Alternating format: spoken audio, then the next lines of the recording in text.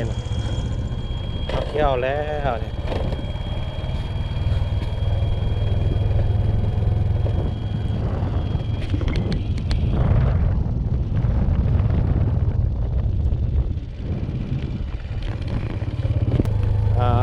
ภูนี่คือว่าสั้นไล่เนาะ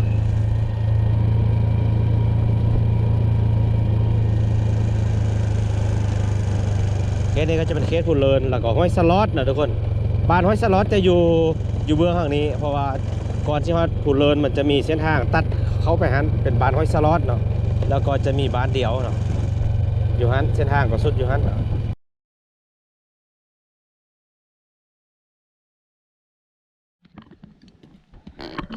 เนี่ยทุกคนแล้วเขาเจ้าก็ซอดขึ้นไปหุ่นไปสุดหุ่นแล้วเขาเจ้าก็ลงมาอีกขึ้นไปลงมาสุดอยู่นี่แล้วก็จนกว่าจะเลี้ยวเลยทุกคนเขาเจ้าหอบใหม่เขาเจ้าก็ลงมาอีกตึมแล้วนี่เนาะ ขึ้นไปแล้วจำพุ่นแล้วเขาเจ้าก็ลงมาเสียเอาหน้าไม้ไปติ๊กๆเนาะขึ้นลงเนาะยามมาขึ้นก็ขึ้นลงหน่อยนี้วะ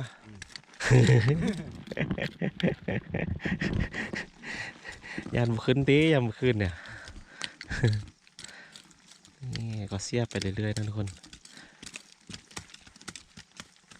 กว่าจะได้เกี่ยวนี่เสียจักเชือเนี่ย4-5 เทื่อโอ้4-5 เทือก็ไล่เนาะมีแมงอีกอดนะโอ้แมงนั้นเริ่มกินแล้วมันวะน่ะโอ้เริ่มมีดวงมาเจาะแล้วทุกคนเจาะไว้เนาะ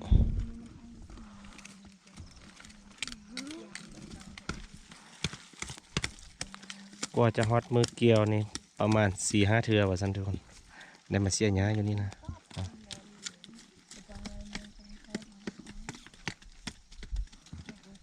เริ่มขึ้นไปอีกเติมแล้วไปจำชีไพ่ฮีเราได้บ่แยกแถวทุกคน บ่แยกท่านแล้วก็บ่แยกแถวเนาะอยู่บนเก่าซ่องพ่อเมียน้อยนี่อยู่ที่ตะกี้ก็อยู่ตือผือเก่าเลย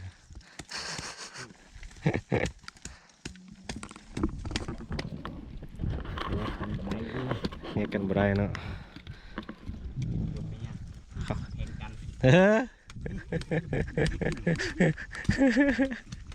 เข้าไม่ปลามันประจัก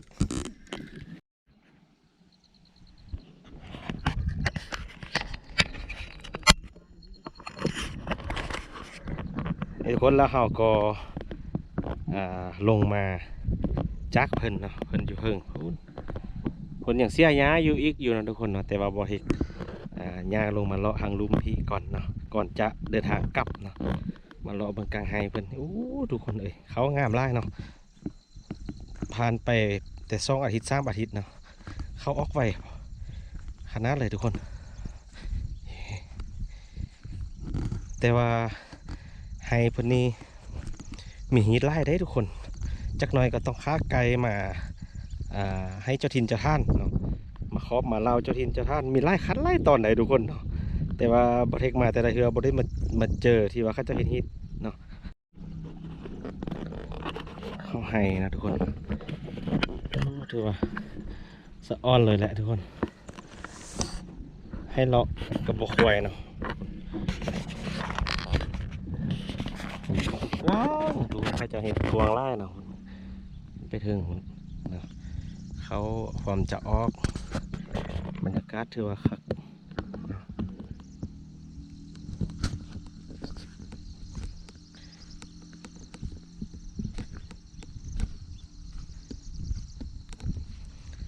บริเทคสังเกตนะมาก่อไล่ล่างแหละทุกคนเนาะอยู่บ้านเดียวกันนี้นะเพราะว่าบ้านอื่นเขาอาจจะใส่แบบใส่รุ่นนะแต่ว่าล่างนี้อาจจะใส่ก่อนมูเนาะมันก็เดี๋ยวว่าเห็ดให้เขานี่ออกไวแล้วก็สูงแล้วก็งามก่อนล่างอื่นๆเนาะขนาดว่าอยู่พื้นที่เดียวกันนี้ทุกคนพระเจ้าเสียอยู่เหิงเนาะทุกคนบริเวณนี้เพิ่นเสียแล้วเนาะบริเทคก็จะเดินทางลงไปที่แห้งไห้พื้นทุนเนาะ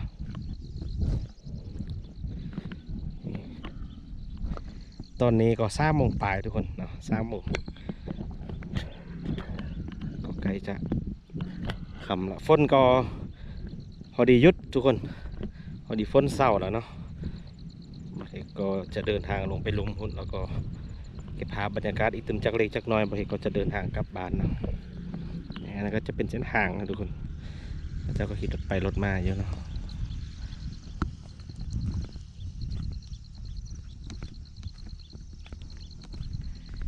นี่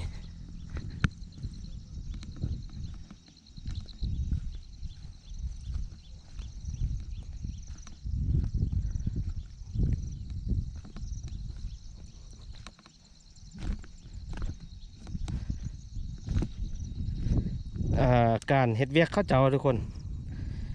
คือมือซ้วยนี่เนาะเข้าเจ้าก็จะกินเขา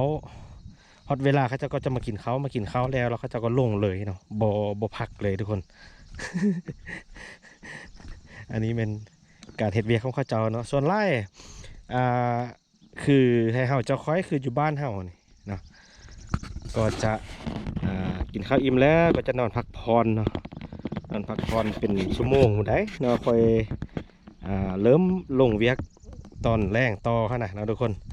ประมาณ2 โมงแล้วก็ค่อยเฮ็ดเวียกต่อเนาะแต่ว่าข้าเจ้านี่บ่ทุกคนกินข้าวอิ่มลงเลยฝนตกอยู่กับบ่สนเนาะ ลงเฮ็ดเวียกเลยข้าเจ้ามันทุกคนเนาะประชาชนส่วนเผาไปเฮานี่มันไล่เนาะแต่ว่าเฮ็ดไห้นี่ไล่แต่ว่าได้หับพ้นน้อยเนาะย้อนว่าเขามันบ่นั่นนะทุกคนเขามันบ่ได้ไล่เนาะคือบางพื้นที่เฮ็ดไห้ไล่แต่ว่าเขาบ่งามเนาะแต่ว่าบ้านกองเทียงนี่เขาโอเคเลยเนาะเขาถือว่างามปีกายในประเทศก็มากเขาก็งามเนาะแต่ว่าเคสบ้านดอยเก้าบ้านเทศบาลเมืองนี่โอ้ยากทุกคนปลูกไร่แต่ได้น้อยแค่น่ะเนาะเขามันบ่งามดินมันบ่งามแล้วนะทุกคนเนาะดินมันเป็นแนวนี้ดูเนาะน้ำฝนตกลงมาน้ำก็ไล่ฝุ่นไล่นั่นนี่เมื่อมันเป็นภูนะเนาะเราอีกอย่างหนึ่งก็เฮ็ดบนเก่าสินะทุกคนเขามันก็ได้บ่งามเนาะแต่ว่าบางพื้นที่บางบ้านก็งามทุกคนเนาะคือกองเทียงนี่ก็งามได้เขาเนาะนี่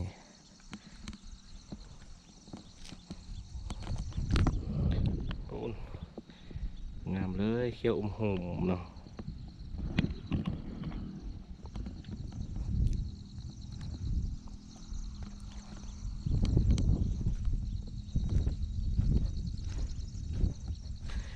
นี่ที่บริเวณนี้แห้งงามทุกคนในสลีมันก็ปลูกแล้วเนาะ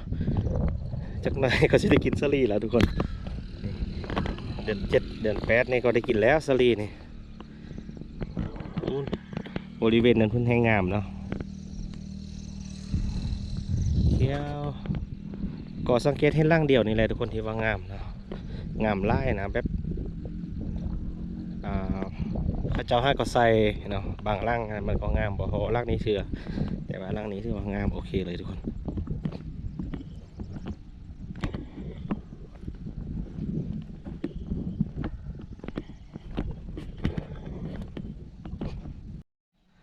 โอเคทุกคนเฮาเดินทางกลับเนาะวันนี้เนาะเฮาสิเดินทางกลับไปที่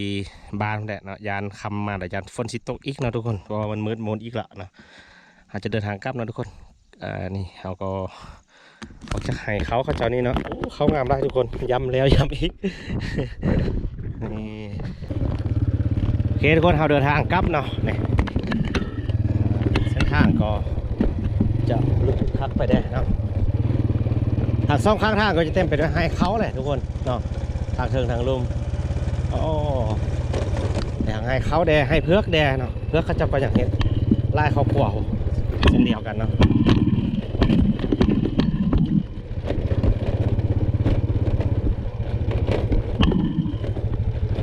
โอ้เลี้ยวไปทางน้ำมันก็จะเป็นให้เขาเนาะบริเวณข้างๆนี่ก็ออกละทุกคนเนาะ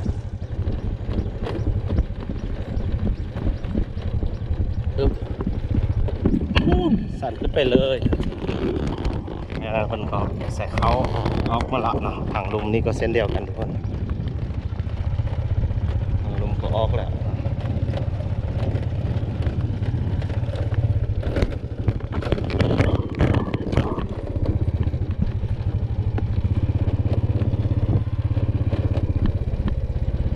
เดี๋ยวเก็บภาพบรรยากาศเส้นทางให้เบิ่งทุกคนเนาะนี่หลังจากฝนตกไล่หาแล้วก็ มีการเซาะมีการตั้นห้องน้ำไล่บงพอสมควรไล่บอลพอสมควรเนาะทุกคนก็จะมีบอลยากบอลง่ายสลับซับซ้อนกันไปนะชนเพือกกดชนเพือกเนาะบ้านนี้ปุกเพือกไล่เลย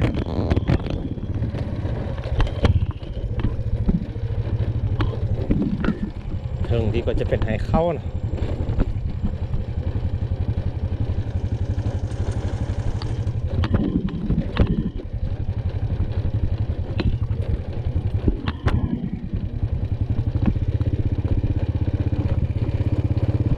ซ่าขึ้นตู้มัน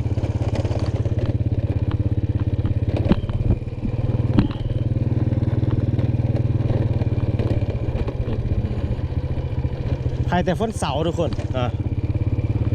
ผมคิดว่าจะแข่งฝนเมื่อเฮือนอยู่นี่ ใครแต่ฝนเสาแล้วเนาะ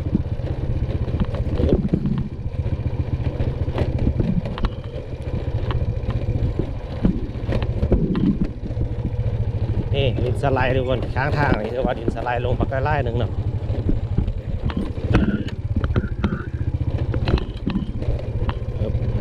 บางจุดก็จะเป็นปูยางนะทุกคนบางจุดก็ว่าได้ปูเนาะ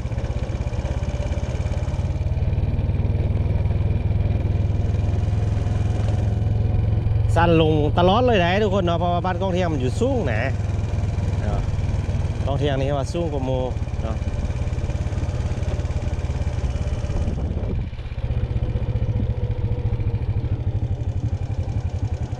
เส้นทางก็จะมีบอลล็อกบอลล็อกเนาะคือว่าแหละนะห้องน้ำมันแป๊บขี้ดินลงไปตั้นนะเนาะไปพอได้มันก็ขึ้นทางอย่างนี้แล้วมันก็ซ้อกัดซ้อเอาบอลปูยางนี่ออกไปเห็นให้ค่อนข้างมันเป็นคุ้มเลยทุกคน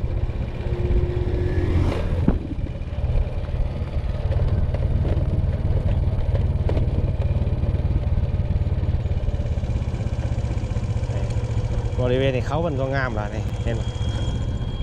เที่ยวแล้วเนี่ย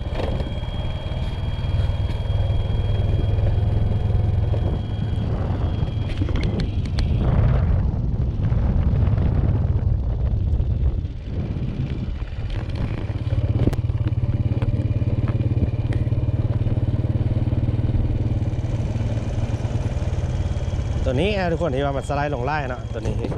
สไลด์ลงเป็นโน่นเลยฮะเหตุให้เส้นทางแล้วก็มีน้ำไล่ไปยากแล้วก็เหตุให้ดินลงไปทางให้เขาก็จะบุญไล่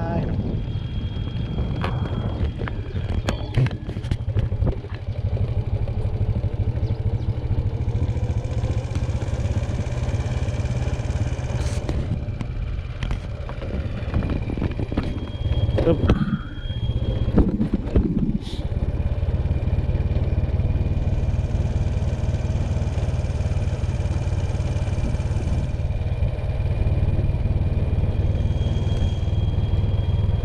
ตึบ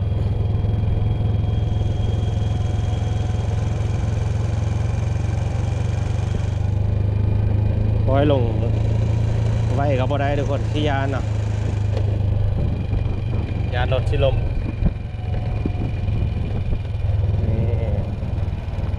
แล้วก็มาฮอตจุดนี้ก็เพื่อว่าเป็นเขตดินแดนของบ้านกองเทียงก็ถือว่าเมดทุกคนเนาะลงไปทางนั้นพุ่นก็จะเป็นบ้านกูเลินแล้วได้ปะนี่เนาะแล้วก็เลี้ยวเห็นอยู่พุ่นก็จะเป็นเทศบาลเมืองเนาะบ้านดอยเก่า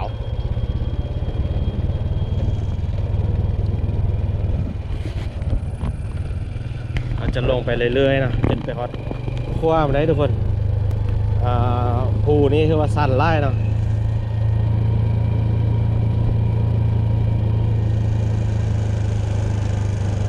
เคสนี้ก็จะเป็นเคสกูเลินแล้วก็ห้วยสล็อตนะทุกคนบ้านห้วยสล็อตจะอยู่เบื้องข้างนี้เพราะว่าก่อนที่ว่ากูเลินมันจะมีเส้นทางตัดเข้าไปหันเป็นบ้านห้วยสล็อตเนาะแล้วก็จะมีบ้านเดียวเนาะอยู่หันเส้นทางก็สุดอยู่หัน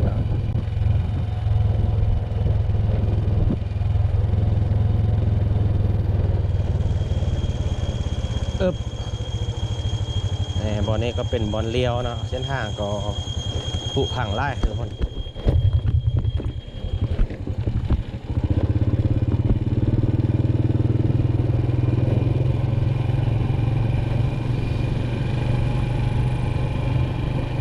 แล้วก็จะมีอีกตึมวักหนึ่งเนาะหลังจากมาวักลุมนี้แล้วก็ถือว่าฮอตห้วยทุกคนเป็นนะเป็นห้วยสลอดเนาะเป็นน้ำห้วยสลอดที่ว่าไล่มาจากบ้านห้วยสลอดหมดแหละเนาะ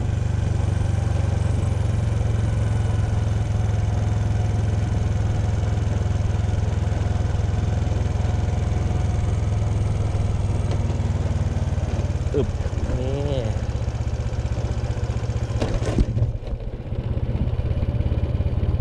ลงภูอีกละทุกคน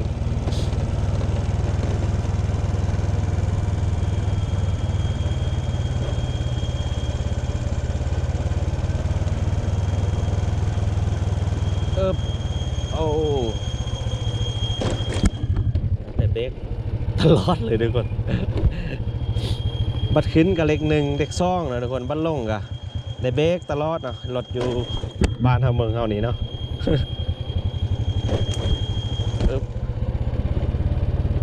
นี่จิ้วจิ้วจิ้ว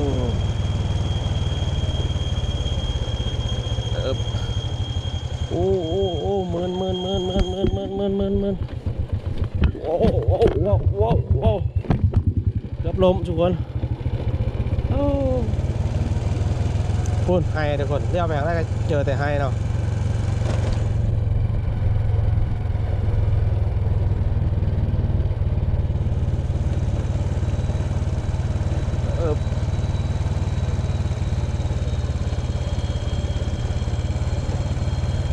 ปิ้วปิ้วปิ้ว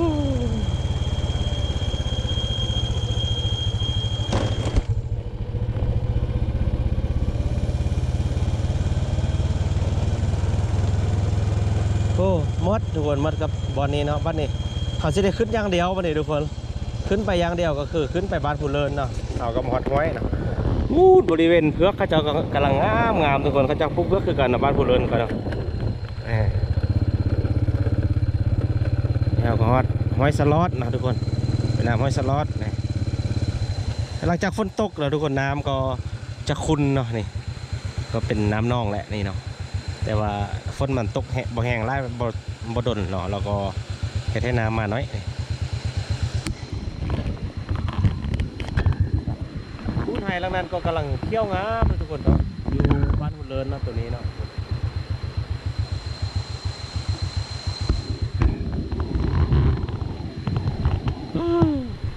แล้วเราก็มาฮอตเขตบ้านผู้เลินนะทุกคนเนาะบัดนี้ประเทศจะเดินทางกลับไปเมืองแล้วเนาะตอนนี้ประเทศก็ฮอต